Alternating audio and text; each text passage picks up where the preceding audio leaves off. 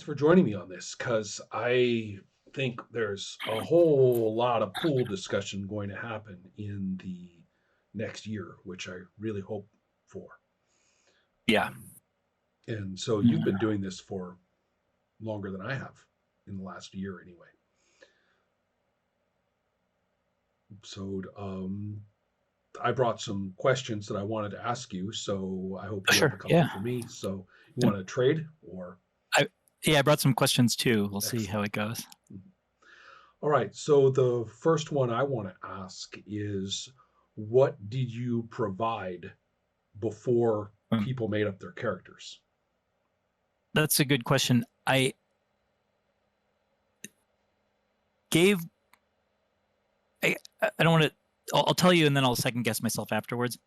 I gave in two images, one of a sort of for the trying to get across the color of the kind of characters, and one the setting.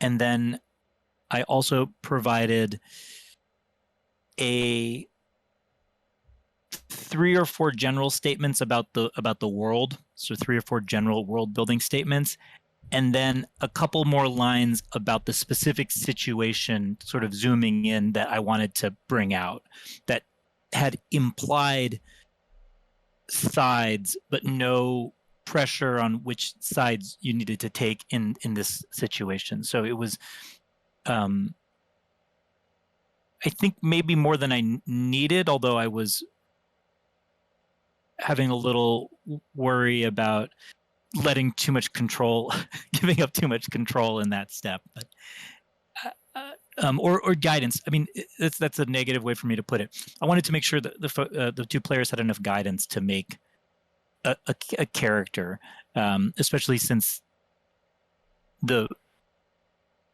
there wasn't any other. I wasn't giving them like a textbook setting book to draw from. It was just sort of more kind of my ideas. Sounds like roughly Um, a page. yeah, if it fit on a page. I mean, I should probably Which one I'd like send it? you the document. Which Yeah. so just so there's context, what was it? I mean, what basically? Yeah. So the I, I guess it's like it's Napoleonic era, but Oh, I remember that. fantasy version, Right, I remember. but set Yeah. set in India. So Hmm. set with this set in sort of what was there was these. I mean, it's very. I mean, it's obviously historically really complicated what was going on, kind of globally, but in India at that time.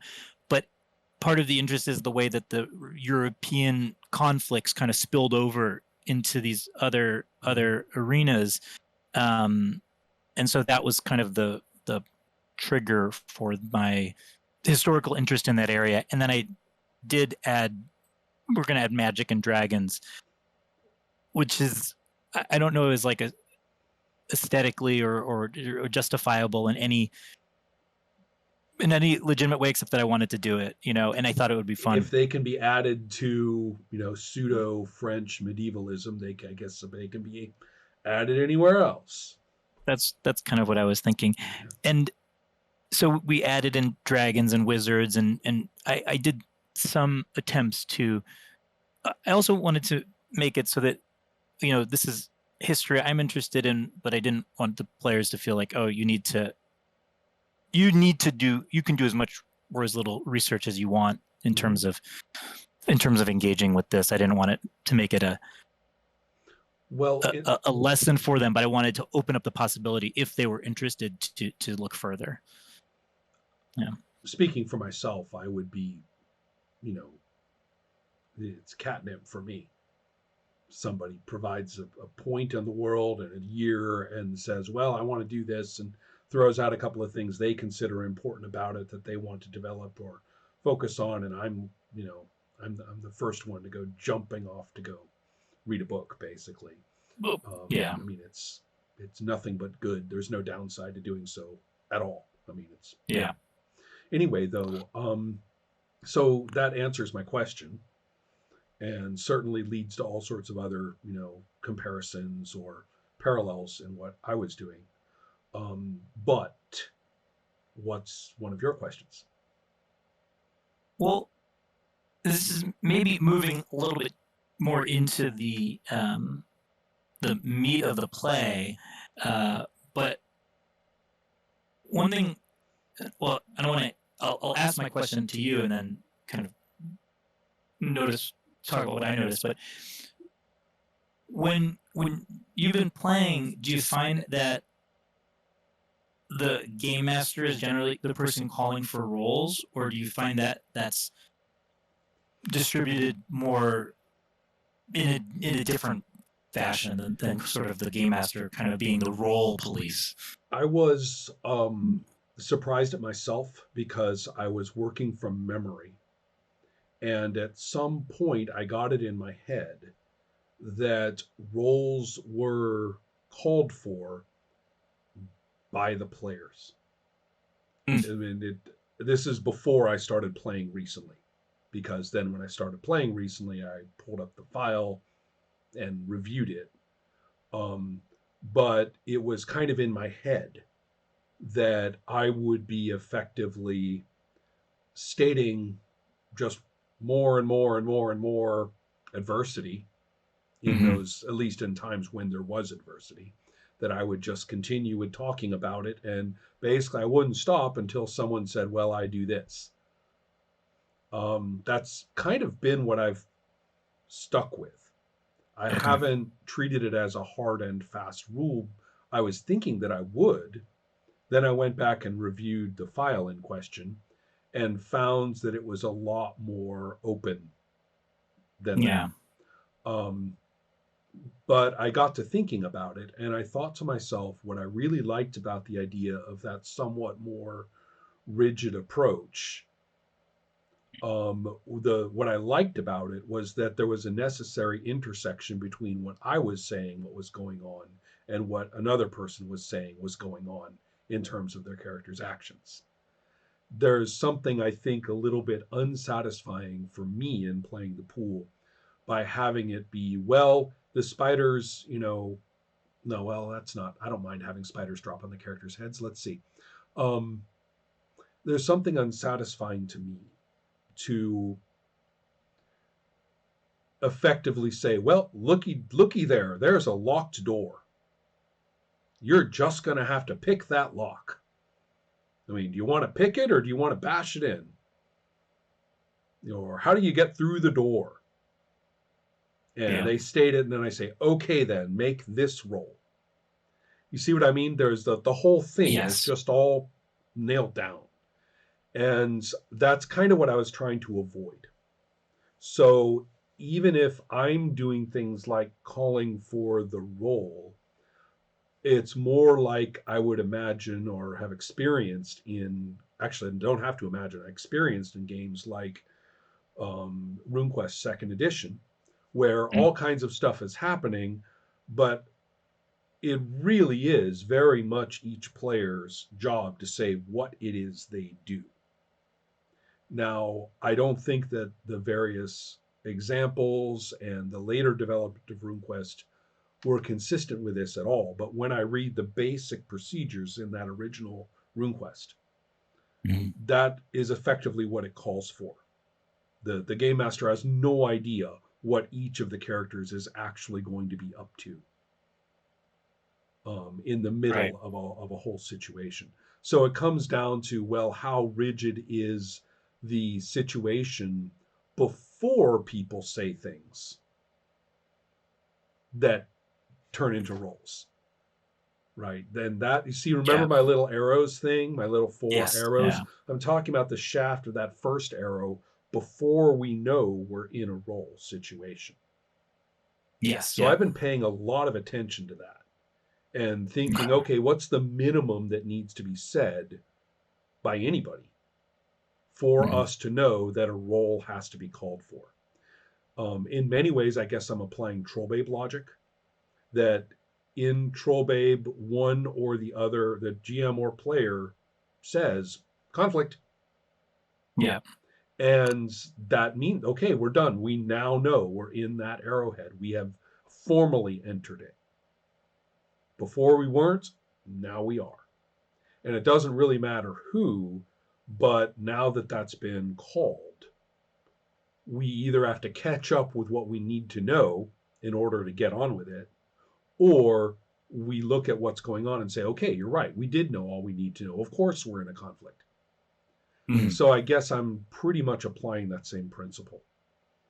Okay. Yeah. Because I think that's the most important thing, is not to end up in such a rigid situation that the role is about the designated task. That makes sense. That's what I'm working on anyway. Yeah, that makes sense. So, therefore, you'll see a lot. I mean, the probably the most this particular role is, in my case, is probably going to get revisited in this conversation.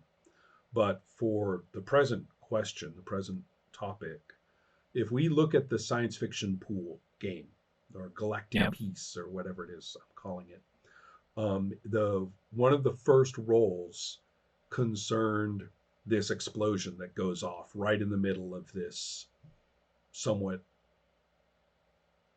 peaceful dialogue based scene with lots and lots of people milling around and talking to people, and then this boom goes off. I describe the boom. I Mhm. describe its visuals. I describe its as if it has already happened. And I even say, guys, I'm just going to keep talking until I kill you all with this, unless you say something. But I was thinking to myself, I'm just going to have to explain this later, that the extent of the explosion and how far it would go and like how much damage it would wreak is is all provisional. Right. If somebody said, I activate my, if I activate my anti-explosion widget, if they had one, um, to stifle the explosion, that's a valid action. Right. So there's kind of this provisional timing of what's been said relative to the role that's just a little bit wiggly right there. And I actually want to preserve that. I know it kind of goes against the sensibilities of some other experiences in play, but to preserve that as a wiggly thing of, we just don't know how much of that, a certain amount of preemption can get into play at that moment. But I do this first, that Right. there's room for some of that, is, I think, and it depends on what people say. Right. That makes sense. So yeah, that's kind of where I was aiming with that particular role. At the time, it was uh, it was pretty successful in that, but I don't know if that got across to the players that that's exactly what was going on. And arguably, the degree of comprehension that a given player has about that, frankly, this sounds awful, but I don't really care.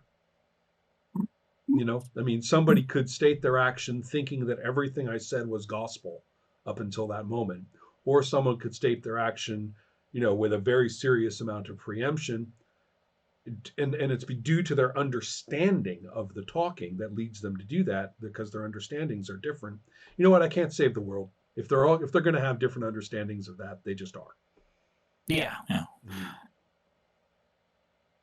But and it seems like, I think the the method for resolution is sort of robust enough to handle both of those. I mean, Exactly. you're talking the wiggle room Yeah, within that. I think Yeah. so. And as it turns out, as I recall, all of the players stated things that did involve a little bit of preemptiveness. So I guess if I felt that somebody was screwing themselves out of something sensible by, taking too much into account, if that's the, of what I said into account, then I could always say, look, that's provisional. If I really felt like they were, you know, screwing themselves out of their opportunities. But again, I wasn't really trying to take care of them, and they all went kind of preemptive in the first place. So okay. Although none of them tried to stifle the explosion. Hmm. So, Okay. Does that gone on and on? Yes. Yeah. No, that makes sense. And I asked that for a reason. Looking at my game, in our first, we played. I think it was 5 sessions, and then that finished a chapter. Five and then, sessions of magical Napoleonic well, Indianness. and that was amazing. chapter 1. That's and then incredible. We're now into chapter 2 with one of the characters died, so one of the players came up with a new character for this. And in chapter 2, we're I think into 3 sessions of it. And one of a couple interesting things I've kind of noted as we've played some changes, but one of them was that at the beginning, it was very much, I was very clear. We went through the rules where like anyone can call for a roll when they see there's like I forget the phrasing. I think they do use the conflict. He uses in the document he had kind of like a conflict language. So and in the first series of sessions, it would most often be the we were kind of jumping around scene, jumping from character to character, and it was very much like a sorcerer style individual characters, but with the kind of crosses and weaves with NPCs to kind of tie it together. But there would usually be, in most scenes, there was one audience player, and in the first series of games, it was that audience player who usually would be the one who called for the roll. Hey guys, that looks like a conflict they'd be there. saying like, actually, that's the conflict there. Mm-hmm. And I'm not quite sure why it is, but in the second series, since our last 3 games, it's mostly been me kind of calling for rolls, although doing it in that troll babe way of, like you mentioned, of like, okay, I think this is, I think this is where these guys are butting heads, and there's not gonna, I think this is the point where we roll to see what's well, if you guys are going to do that, we're just going to have to roll dice about it. Yeah, exactly. And I'm it's one of those things where I'm kind of like, oh, maybe I should bring it up as like a topic of like, hey, I noticed that now I'm calling for just reminding everyone. But I was wondering if you've gotten to that point of playing enough with the same group that you notice the shifting of that type of behavior. And let's see. So in the Frog Pool fantasy game, it was 4 sessions. We've had only 2 sessions of the San Diego game, and we've had 3 sessions of the science fiction game. There would be more of the latter 2, but the holidays came along and everybody's running around being familial, so me included. So anyway, we'll be picking up at least one of those in the next couple of days. But so therefore, I don't really have this trajectory, to go along with the Frog Pool game was full of its own details that I probably want to leave it out of the conversation for this purpose. Sure. The other 2, at first, I found myself, as probably is understandable in those settings, pretty much introducing a fair amount of adversity. So that almost whatever anybody said, given the adverse situation that they were in, would be a roll. Yep. And so that's kind of front loading it. But on the other hand, I was just sort of providing the adversity rather than a direct task to do. So therefore, their statements look as though they're starting the conflict, but I have to kind of take the blame for having such a grim moment that it's going to call for it. Right.